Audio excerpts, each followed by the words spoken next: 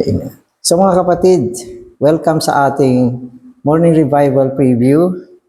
At syempre ang schedule na natin ngayon ay week 7, day 6. Amen. So mag-uumpisa na ako. Magbabasa ako ng mga Bible verses natin. Revelation 3:18. I counsel you to buy from me gold refined by fire, that you may be rich, and white garments that you may be clothed, and eye salve to anoint your eyes that you may see. Amen. So 21, he who overcomes, to him I will give to sit with me on my throne, as I also overcame and sat with my Father on his throne. Amen. So magaganda yung mga Bible verses natin dito. At yung mga sinasabi rito ay sinalita pa rin sa Laodicea. Amen. So sabi rito, I counsel you to buy from me. So yung buy from me, ano ibig sabihin? Magbayad ka ng halaga, hindi ito libre. Bilhin mo ito na ang ibig sabihin ay magbayad ka ng halaga. May 3 bagay dito na binanggit, mga mahahalagang bagay na pwede nating sabihin, ito ay mga aspekto ni Kristo o si Kristo mismo. Gold, amen, white garments, eye salve. So yan 3 yan, bilhin mo.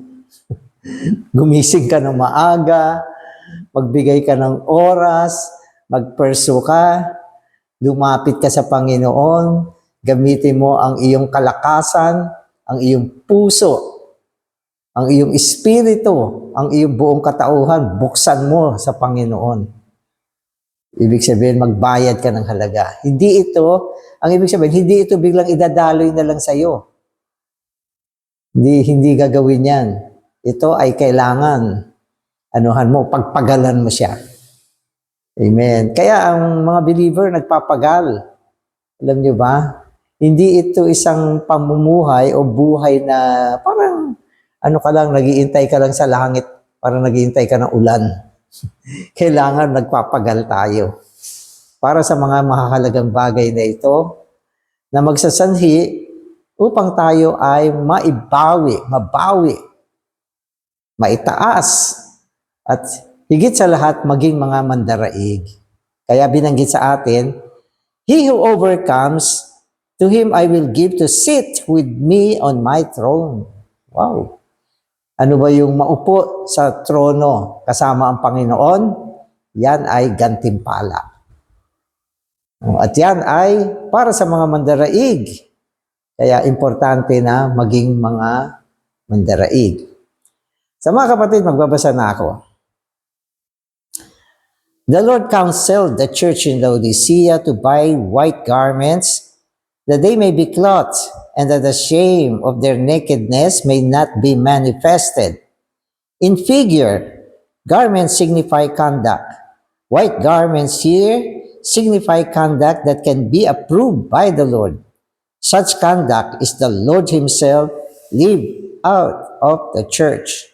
So yung unang binanggit sa atin dito ay puting, balabal, white garment. At ang garment dito ay sumasagisag sa conduct. Yung iyong kaugalian, no, ang iyong pamumuhay, pwede ko rin sabihin, no, at ang pamamaraan ng iyong pamumuhay. Conduct yan eh. Familiar naman tayo pag sinabi nating conduct. No, ito ay ang ating kaugalian. Kaya, anong kaugalian meron ang isang Kristiyano? So, sinasabi rito, dapat ang Panginoon bilang ating subjektibong katwiran na naipapamuhay natin. So, ang mga Kristiyano na hindi pinapamuhay ang Panginoon sa mata ng Diyos, ikaw ay hubad. At yan ay isang kahihiyan.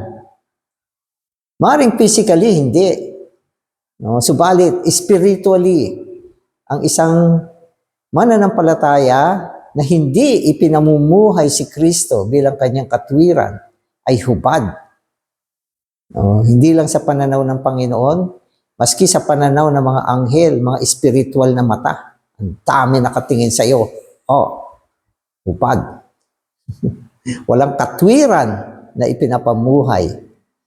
Kaya kailangan natin ito. These white garments are not Christ as our objective righteousness for justification. Rather, the white garments are Christ as our subjective righteousness. When we have living faith and participate in the divine nature, this nature or divine nature will eventually come out of us as our living. This is Christ live out of our being. Amen. So sinasabi natin itong white garment ay si Kristo. Pero hindi ito yung Kristong objektibo na ating katwiran para sa ating pagiging inaring matuwid. So hindi yan. Kasi yung pagiging si Kristo ang ating katwiran upang tayo ay ariing matuwid, objective yan. Yan ay tinamo natin nung nanampalataya na tayo sa Panginoon at once and for all, tayo ay sinuutan ng katwiran. Na walang iba kundi si Kristo, objective. Kasi bago tayo nanampalataya sa Panginoon, tayo ay mga makasalanan. No? Tayo ay mukhang yagit. Di ba? Madungis. Lugmok. At hindi mainam ang itsura. Ang itsura natin ay itsurang kasalanan at walang katwiran sa harapan ng Panginoon. At nasa ilalim ng sumpa. Kasi nakikita ka ng Panginoon ng iyong pagiging natisod. Kaya nung nanampalataya tayo, sinuot si Kristo bilang ating objektibong katwiran. No, na yan ay nilalarawan nung balabal na binigay doon sa alibughang anak nung bumalik na siya sa Ama. Di ba? Ang galing siya sa maruming lugar. Siya? Ang kanyang itsura ay napakadungis. Diba? Pero tinakpan siya ni Kristo. At sa mata ng Ama, ang katwiran mo ngayon ay si Kristo. Kaya aariin kang matuwid ng Diyos. Yan yung unang garment. Yan yung unang garment. Pero sinasabi rito, yung white garment na dapat tamuhin mo sa pamamagitan ng pagbabayad ng halaga ay hindi yung garment na yun. Kundi ito ay subjektibo, isang pamumuhay na tumutukoy kay Kristo bilang ating kandak. So yan na yung ating kailangan ngayon. At ito ay nawawala. Kaya ito ay dapat bawiin natin sa pamamagitan ng pagbabayad halaga. Hanggang sa si Kristo maibuhay sa atin. So para maibuhay mo siya, dapat siya ay sagana, mayaman, at puspos ka ng Espiritu. Kaya kailangan mo maghabol sa Panginoon, magbayad ng halaga. Amen. Yes, we all have been justified and have been covered by the first garment, the best robe, put on the prodigal son in Luke 15. But after being justified, we must love the Lord, be on fire, and be absolutely for the Lord. If we are this kind of Christian, then we will have the living faith to participate in the rich divine nature, which will become the Christ lived out of our being as the second garment to cover our nakedness. So yan yung binanggit ko kanina. Ito yung first garment, yan yung balabal nung alibughang anak ng prodigal son. Okay. Subalit, pagkatapos natin manampalataya sa Panginoon, hindi hihinto dyan. Hindi tayo hihinto dyan. Kailangan, umpisahan mo ng mahalin ng Panginoon. Lord Jesus, I love you. Araw-araw. Ano pa? Kailangan on fire ka, burning ka, hindi ka lukewarm. Burning yung spirito mo. Okay? At dapat puspos tayo ng kayamanan ng Panginoon, ng kanyang kagalingan, ng lahat ng kung ano siya. Bayad halaga lahat yan. At unti-unti itong Kristo na nasa loob natin sa pamamagitan ng ating pananampalataya sa Kanya, maibubuhay natin siya. No? At maihahayag siya sa ating pamumuhay araw-araw. Kaya pag nakita ka ng tao, takanta ka sila sa iyo. Parang something na, meron kang something na hindi nila alam kung ano yan. No? At yan ay si Kristo na naibubuhay natin. Naibubuhay natin. Kaya yan yung subjective righteousness natin. Yan yung garment natin ngayon na kailangan i-maintain natin. Ano man ang ginagawa mo, dapat ikaw ay nasusumpungan kay Kristo. Siya ang takip natin. Subjective garment. Okay? Ang ating damit na binili. Yung una, libre yun eh. Binigay ng Diyos yun. Di ba? Pag uwi nung prodigal son, hindi sinabi ng ama, ito, mahal to ha, bayaran mo to ha, bago isuot sa'yo. Sinuot na lang yan. Pero ngayon, amen, araw-araw nagkakabul sa Panginoon, nagmamahal, burning sa Espiritu. Amen. So today's reading na ako. The Lord also counseled the church in Laodicea to buy from him eye salve, to anoint their eyes that they may see. The eye salve needed to anoint their eyes must be the anointing Spirit, who is also the Lord himself as the life-giving Spirit. O, mata naman ang pinag-uusapan dito. Eye salve, pamahid sa mata. So, ang mata niya, kailangan mapahiran. So, yung eye salve dito, ito yung Spiritong nagbibigay buhay. Ito ang Espiritu, no, na lilinawin niya ang iyong paningin. Papahiran ka niya sa mata at makikita mo ang Panginoon. No. At makikita mo rin ang iyong sitwasyon. No. Sa madaling salita, magkakaroon ka ng liwanag kapag napahiran ka nito.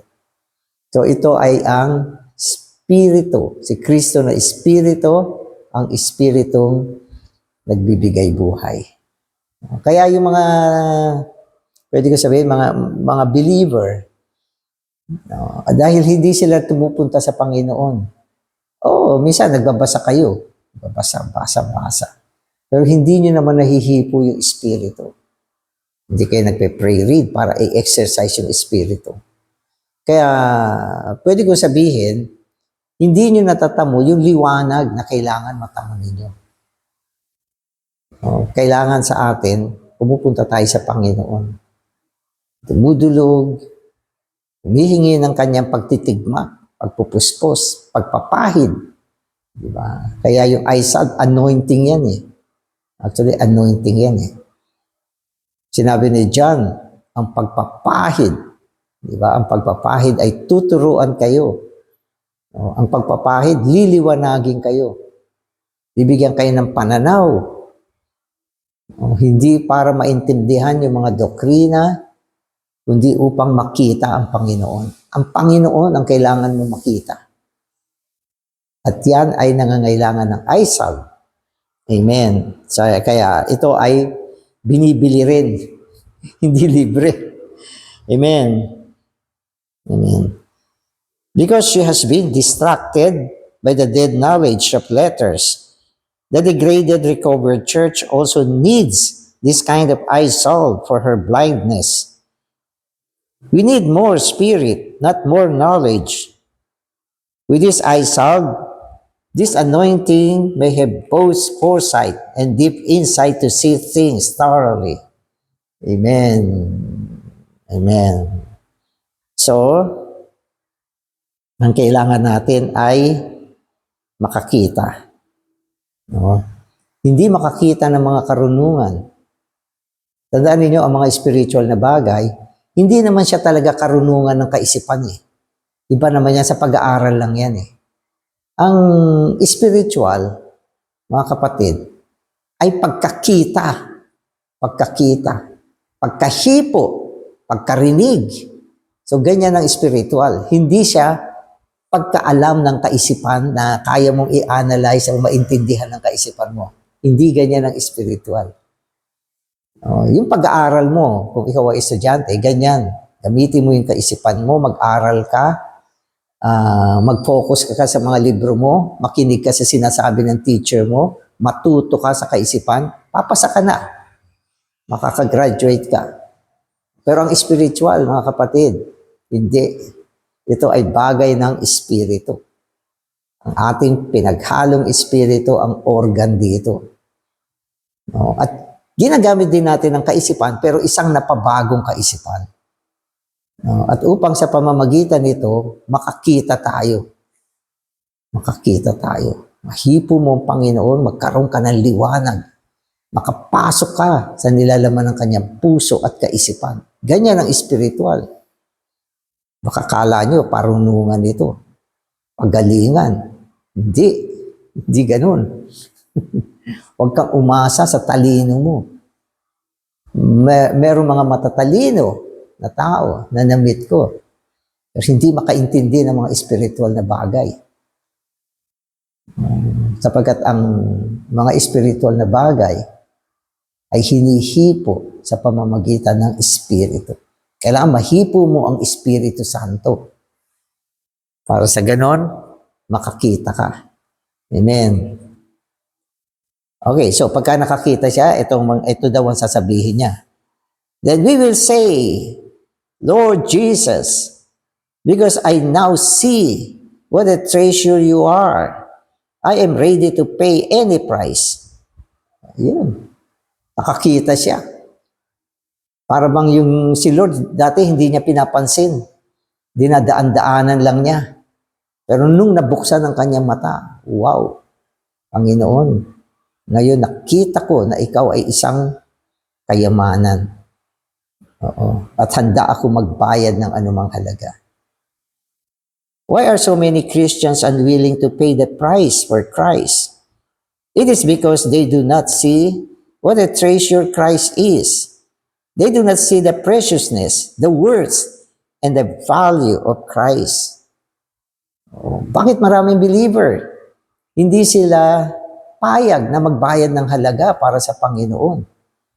Kasi hindi nila nakikita ang kahalagahan ng Panginoon, ang kanyang preciousness, ang kanyang worth, ang kanyang value. Hindi nila nakikita. Hindi nila nakikita. Kaya minsan, malay mo may kayamanan sa tabi mo, hindi mo pinapansin kasi hindi mo nakikita. Hindi mo nakikita. So naalala ko yung mga treasure na nahukay, may mga nakahukay ng ganyan eh. Alam ko, maski nung nasa Baguio ko, maraming treasure hunter dyan. Hindi nila alam. Natatapak-tapakan nila yung lupa, may kayamanan sa ilalim nun. Hindi nila alam. Kaya marami mga believer, hindi pinapahalagahan ng Panginoon kasi ang mata nila ay sarado. Pag nabuksan yan, diyan mo makikita, naku, Panginoon, hindi kita nakita nung araw. Hindi kita minahal, Panginoon. Hindi kita pinahalagan, hindi ako nagbigay ng oras sa iyo noon. Hindi kita nakita. Pero ngayon, nakita na kita. Amen. Hahabulin kita. Ikaw lang ang paglilingkuran ko. Ikaw lang ang mamahalin ko. Ang buhay ko, bibigay ko sa iyo. Wow. Kailan mangyayari yan? Pag nakita mo ang Panginoon. Amen. Amen. But once our eyes have been anointed by the divine spiritual eye salve, we will say, it is worthwhile for me to pay any price for Christ. The price is too low. Myself, my future, and my life are all worth nothing. I actually pay nothing to gain Christ, who is everything. If we would see this, we need eye salve. Anong kailangan mo? Eye salve. Isang pamahid sa mata na walang iba kundi ang Espiritu Santo. Kaya yung buhay natin dapat araw-araw nahihipo ang Espiritu upang hindi tayo magbago. Bakit may mga Kristiyano hanggang ngayon nagmamahal sa sanlibutan? Hindi maiwan yung mga bagay ng sanlibutan. Hinahabol, naaaliw, iniinom ang mga bagay ng sanlibutan. At palaging uhaw sapagkat hindi nila nakikita ang Panginoon. Kung nakita mo ang Panginoon, sasabihin mo sa sarili mo, hindi ka para sa sanlibutan. Kundi ako ay para dito sa isang ito. Pati pag-ibig ng Panginoon, makihipo mo, makikita mo kung gaano kanya kamahal. Oo. So, pag nahipo mo ang pag-ibig ng Panginoon, pag nahipo mo ang Espiritu, makikita mo ang pag-ibig ng Panginoon. Matutunaw ka. Ang iyong pusong bato, matutunaw. Amen. The gold, the garment, and the eye salves are all Christ. Christ is everything. Our need today is Christ. Paul says that all the things he counted lost for Christ were just refuse, dog food. Di ba? Bago natagpuan ni Paul ang Panginoon, ang dami niyang tinitreasure. Di ba? Ang Judaismo, yan yung mundo niya nun. Kaya nga pati yung mga believer, inuusig niya. Hinahabol niya yung mga tumatawag sa pangalan ng Panginoon. Dinadakip niya, ginagapos niya. At si Stephen, kasama siya dyan. Meron siyang participation sa pagpatay kay Stephen na isang nagmamahal sa Panginoon. Wala siyang pananaw. Pero nung makita niya ang Panginoon, di ba? Alam niyo yung istorya, di ba? Doon sa Damascus, papunta siya sa Damascus, lumiwanag. Ayan. No? Itong isang ito na hindi niya kilala, bigla niya tinawag na Lord. Who are you? Lord. Liwanag ang nakita niya. At Lord ang sabi niya. At mula sa araw na yan, sabi niya, tinuring niya ang lahat na bagay na sukal. Yung sukal dito, dog food. Yun yung term na dog food. Hindi ba minsan yung mga sukal, yung mga pagkain, mga buto-buto na mga ayaw na natin, di naman natin kakainin yan. Sasabihin natin, mga dog food ito. Basura. Isipin mo yung mga may halaga sa kanya noon. Ngayon, naging dog food. Basura na lang. Nung maihambing kay Kristo. No, bakit tayo walang ganyang pagpapahalaga sa Panginoon? No, bakit hindi mo maibigay yung sarili mo, ma-consecrate yung buhay mo? No, yung iba hindi mabuksan yung bahay nila para sa gawain ng Panginoon. Nakakandado. Pag may party, bubuksan. Pag may mga bisita, kung pupunta dyan si Marcos, bubuksan mo. Pero pag sa gawain ng Panginoon, nakasara. Walang pananaw. Walang pananaw. Di ba? Ang iba, ito, hindi ko naman alam to, kung hindi ko naman kayo kilala. Pero may mga kapatid na hindi pa rin ganun kasagana mag-offer sa Panginoon. Maski yung pag-offer material, yan ay nanggagaling sa pagkakita mo sa Panginoon. Bakit nagkukuripot yung iba? Kasi hindi nila nakikita yung Panginoon. Kung nakita mo siya, sasabihin mo, maski na, lahat ng yaman ko, ibigay ko sa'yo. Wala rin kwenta ito. Walang halaga lahat ng bagay. Yan ay pag nabuksan yung mata mo. Panginoon, buksan mo yung mata namin. Makita ka namin. Pag nabuksan na yung mata mo, overcomer ka. Kasi yung buhay mo, magbabago. Babaguhin niya yung buhay mo. May mga kapatid. Sabi ko, hindi kaya tayo nagbibigay sa Panginoon eh. Brother, hindi ko na kayang gawin yan. Time lang ang kaya kong ibigay. Wow, ang mata mo, sarado. Kailangan sa'yo, lumuhod ka. Mag-fasting ka. Panginoon, hindi ako kakain hanggang hindi kita nakita. Amen. Okay, so basa na tayo. In the church life, in the church life, in the Lord's recovery, we are not for doctrine or merely for so-called truths. We are here for the rich Christ. The degraded church does not need doctrine. She needs eye salve. She needs revelation, vision, and great grace. Ano ba yung vision? Ang vision, sa espiritu yan. Hindi yan nakikita ng physical na mata natin. Makikita mo ba si Christ sa physical mong mata? Hindi. Pag nakita mo siya ng physical mong mata, hindi si Christ yan. Idol yan. Si Kristo ay makikita mo sa iyong espiritu.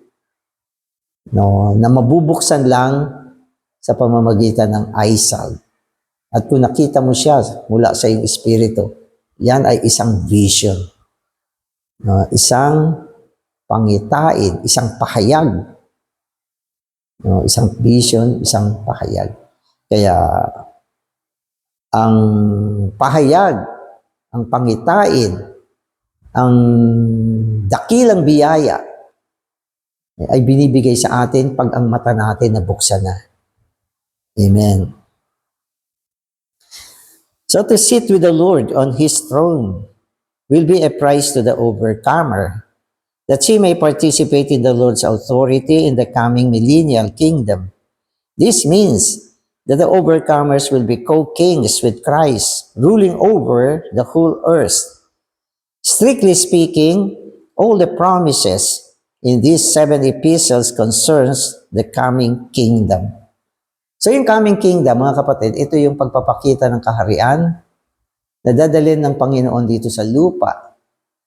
At ito ay iiral ng 1,000 taon. Kaya yung kingdom ay ang milenyong kaharian. Ang ibig sabihin, 1,000 taong kaharian yan. Milenyo. Kasi ang milenyo ay 1,000 years. So, 1,000 kahariang pag-iral ang dadali ng Panginoon sa kanyang pagbabalik. At ito ay iiral dito sa lumang langit at lumang lupa na ire-restore ng Panginoon sa kanyang pagbabalik. Kasi medyo itong lupa na to, langit na to, medyo malayo na to sa nilikhaan ng Diyos. Hindi na siya ganyang kadinis, hindi na siya ganyang ka-normal. Marami na mga nasira. Pati isang kalangitan na damage na ng mga scientists natin.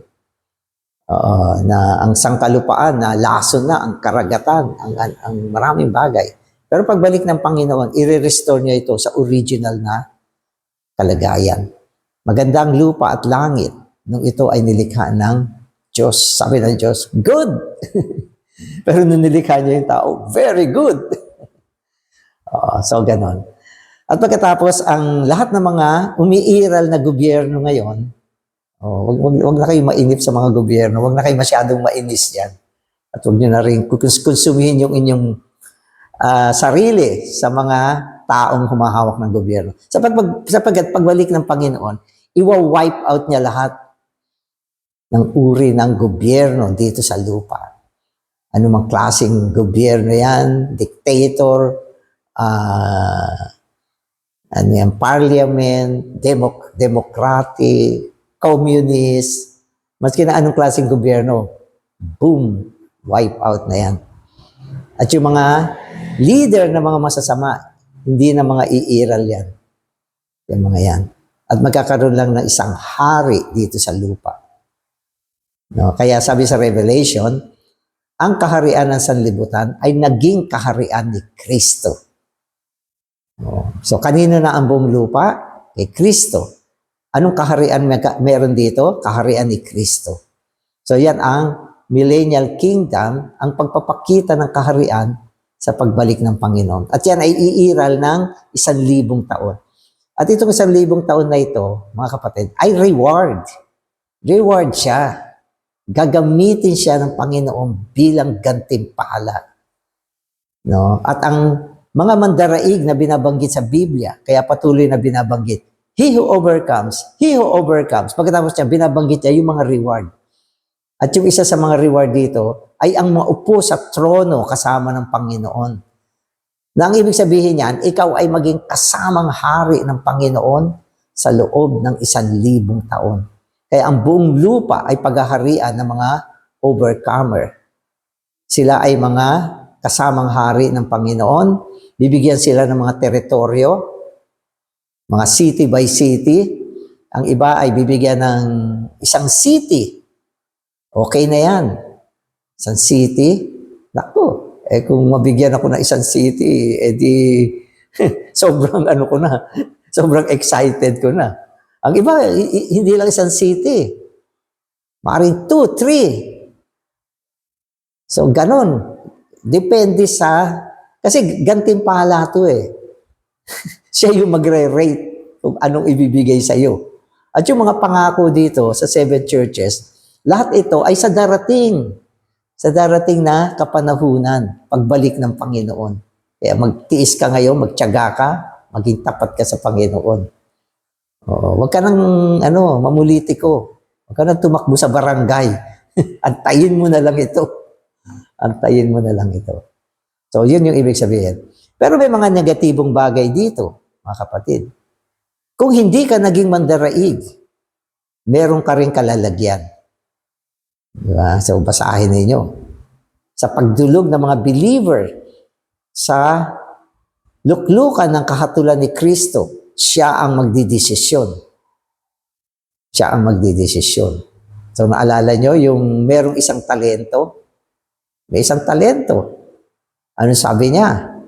Panginoon, natatakot ako. Kaya itong talento, binaon na lang niya sa lupa. Wala siyang nadala sa Panginoon. Kaya ano sabi ng Panginoon? Ikaw na tamad at masamang alipin. Sabi niya, inutusan niya yung mga anghel. Gapusin ninyo ang taong ito, ihagis siya sa labas ng kadiliman. At doon, merong pagtangis at pangangalit ng ngipin. Ibig sabihin, hindi ka maghahari dyan. 1,000 taon na pagdurusahan mo yan. Hindi ka naman mawawala. Hindi ka naman mahahagi malalagay sa walang hanggang kapahamakan kasi may buhay ka na ng Panginoon. Pero meron kang kalalagyan. Merong disiplina. Merong disiplina. Yung isang talent, pwede mong sabihin, yan yung little power na binanggit sa atin. Little lang siya kasi isang talent lang siya, maliit lang siya. Ang Philadelphia, ginamit niya. Kaya tuwang-tuwa ang Panginoon sa kanya. Yung isang talento, ginamit niya. Diba? Nagkamit siya ng mga talentong isa-isa rin. Isang talento ka. Pwede makuha mo, isang talentong bunga na inalagaan mo din. Malay mo, maski isang talento ka, pwede ka makapangisda ng 5 talento. Hindi natin alam yan. Pero ang mahalaga, ginamit mo siya. At ito ay papahalagahan ng Panginoon. Ano sabi niya? Doon sa mga tapat, pumasok kayo sa pagtatamasa ng inyong Panginoon. Well done, good and faithful slave. Enter into the joy of your Lord. So, merong ganyan. Kaya lahat yung mga binabanggit dito, mga kapatid, sa 7 eklesiya lokal sa aklat ng Revelation, ay tumutukoy sa darating na kaharian. Kaya, kailangan maintindihan natin ito. Araw-araw, bumibili ka. Kaya yung 3 bagay na binanggit sa Philadelphia, di ba? Little power. Ano pa? The word. The name. Ibig sabihin nito, araw-araw mo siyang binibili. Hindi yan binili mo na meron ka na lagi. Pag hindi ka bumibili, mawawala siya. At lalaglag ka, manghihina ka, mapapababa ang kondisyon mo. At nagising ka, ikaw ay isa ng Laodicea. Pero bibigyan ka pa rin ng pagkakataon ng Panginoon. Ang Panginoon, napaka matiisin sa atin. Hindi komot bumagsak ka, wala na siyang paki sa'yo. Hindi. Gagamitin pa rin niya ang kanyang salita. Ang mga kapatid, bibisitahin ka, antayin mo. Maski na hindi ka bisitahin, na dinig mo ito, bumangon ka na. Sapagkat ang panahon ay malapit na. Diba? Kaya ang ganda ng mga sinasabi sa atin. Amen. Okay, so last paragraph na ako. Any negative word regarding loss or suffering refers to a loss during the coming kingdom, and any positive word regarding gain or enjoyment refers to the enjoyment of Christ as our special portion during the age of the kingdom. Nevertheless, in principle, these promises may also be applied today, that we may pre-taste them now. Pre-taste, okay. Pre-taste. Ibig sabihin, tikim yan. Bagamat yung sinasabi natin, itong lahat ng ito ay sa darating pangkapanahunan. No? Pero sa panahon natin, meron na siyang pagtikim. No? Ang tikim, hindi full taste yan. Tikim, mga pre-taste, paunang tikim. So ganun. Alam niyo, maski yung suffering, may pagtikim na yan sa panahon na ito. Kapag ikaw ay nakatikim ng disiplina, kailangan bumangon ka na. Sapagkat yan ay pagtikim ng darating na kapanahunan. Ano ang dapat meron tayo ngayon? Enjoyment. Dapat nag-i-enjoy ka sa Panginoon. Ang Panginoon, pinapasaya ka, binibigyan ka ng satisfaction sa buhay mo. Wala ka man maraming pera. Meron kang joy, peace, di ba? Rest sa loob mo na dinadala sa iyo ng Espiritu. At lahat ito ay mga mabubuting bagay, mga pagpapala ng buhay na dinadala niya sa atin. Hindi naman kailangan maging mayaman ng tao para sumaya. Sabi ng Biblia, basta't merong kang kakainin, damit, titirahan, satisfy ka na dyan. So, ganun ang buhay natin. At kung pinayaman ka ng ni Lord, dapat tumulong ka sa gawain ng Panginoon. Ibahagi mo yan sa gawain ng Panginoon. Sabagat ang Diyos natin, pag titignan mo, may sukat lang naman yung pangangailangan natin eh. Hindi naman ibig sabihin marami kang pera. Isang kabang bigas ang makakain mo isang araw. Hindi. Ano man dami mong pera. Di ba? A bowl of rice. Yung iba nga hindi na nagra-rice. Yan lang din ang kaya mong kainin. Di ba? Maski na marami kang damit, ilang aparador yung damit mo, isa lang din ang pwede mong isuot. Di ba? O kayo, maraming kotse, isa lang din ang pwede mong gamitin. Ano pa? Marami kang sapatos, isang pair lang ang kaya mong isuot. Sukat lang din. Sukat lang. Kaya kung meron maraming sobra, share natin sa tao, share natin sa gawain ng Panginoon. Maging mayaman tayo sa ating heavenly bank. No, lahat ng ito hindi kakalimutan ng Panginoon.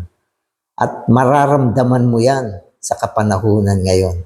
Sapagkat merong pre-taste. Amen.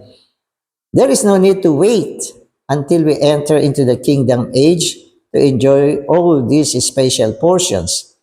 Today in the church life, we are privileged to enjoy the kingdom. Praise the Lord for the church life. So praise the Lord for the church life. So maganda itong portion na ito. Amen. Amen. So salamat Panginoon sa iyong mga pagpapakita. Gawin mo kami mga believer na palagi masigasig na nagbabayad ng halaga upang ang mga magagandang bagay na binigay mo sa amin ngayon ay mapanatili namin. At buksan mo ang aming mga mata upang araw-araw makita namin ang iyong kahalagahan. Amen.